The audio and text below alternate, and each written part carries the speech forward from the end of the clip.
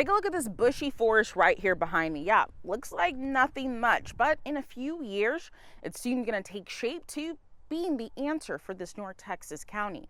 I'm Blessing Uchuku in Kaufman, and I'll tell you why they say it's been a long time coming.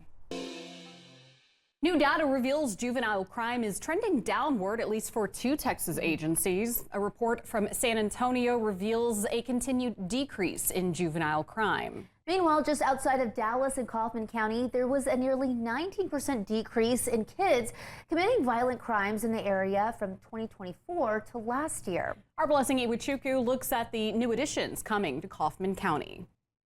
When I first spoke with the Kaufman County Sheriff back in 2024, he said if the Juvenile Justice Center was put solo on as a bond election, it would pass. Well, in 2025, it did come to pass, and now he says they could soon be breaking ground as early as this year.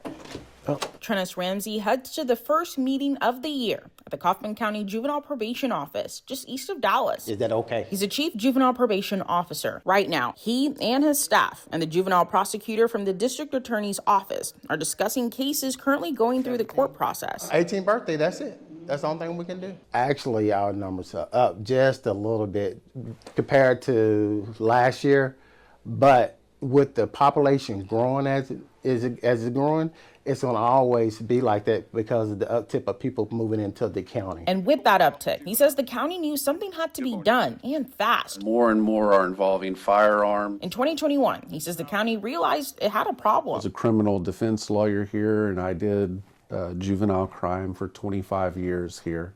And so I saw it develop from fairly minor things and fairly low-level crimes to now we have murder charges. Back in May, Kaufman County voters said yes to a $40 million juvenile detention center in a bond election. It's going to be right back behind. It's just a land full of trees and vegetation now, but soon is expected to be complete by September 2028. Now we've got the juvenile probation chief.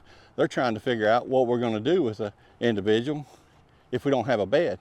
Do we let a rapist out or do we put a murderer in? Sheriff Brian Beaver says due to not having a juvenile detention center, deputies have to drive 8 to 9 hours away just to see if there's even a bed available for a teen. Right now, he says they have a lot of kids on ankle monitors. So even if they're caught violating a rule or regulation, he says there's nowhere to put them. So how do we hold our kids accountable when we don't have a place to do nothing with them?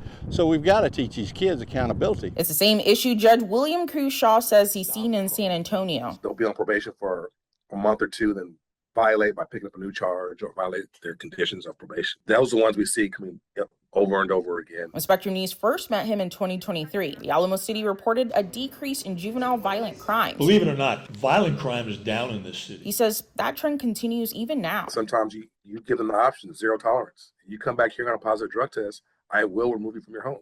And let them know that. Come fall of 2028, a very visible response to those consequences will be up and running in Kaufman. Yeah, we're good. In Kaufman, Blessing Iwuchukwu, Spectrum News.